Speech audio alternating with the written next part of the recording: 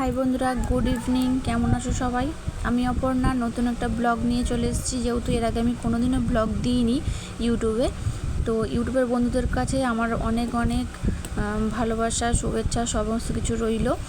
আর তোমাদের কাছে একটা রিকোয়েস্ট আমার রইল যে এই তালের বড়াটা কেমন হয়েছে সেটা তো জানাবেই, উপরন্তু আমার যে ভিডিওগুলো দেখছো তোমরা সেইগুলোকে বেশি বেশি করে কমেন্ট, শেয়ার এবং লাইক দাও, আমাকে এগিয়ে যেতে সাহায্য করো।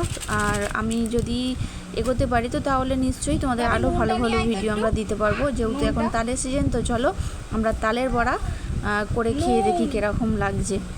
তো দেখো আমি ময়দা দিয়ে আজকে করছি, সুজি দিয়ে, ময়দা দিয়ে, চিনি দিয়ে, তাল দিয়ে মেখে নিয়েছি, একটু নুন দেব, দিয়ে এবার এটাকে আস্তে আস্তে মেখে নেব আমি।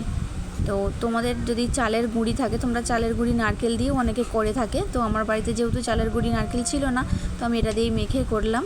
তো দেখো এই যে আমার মাখা হয়ে গেছে। এখন আমি তেলটা গরম করতে দিয়েছি, তেলটা এই যে দিচ্ছি, গরম হয়ে গেলে আমি ওগুলোকে আস্তে আস্তে ছেড়ে ভেজে নেব উল্টে পাল্টে। তো দেখো আমার তেল গরম হয়ে গেছে, আমি এগুলো আস্তে আস্তে ছোটো ছোটো করে দিয়ে দেবো, দিয়ে সাজিয়ে এগুলোকে বড়াগুলো ভেজে নেব।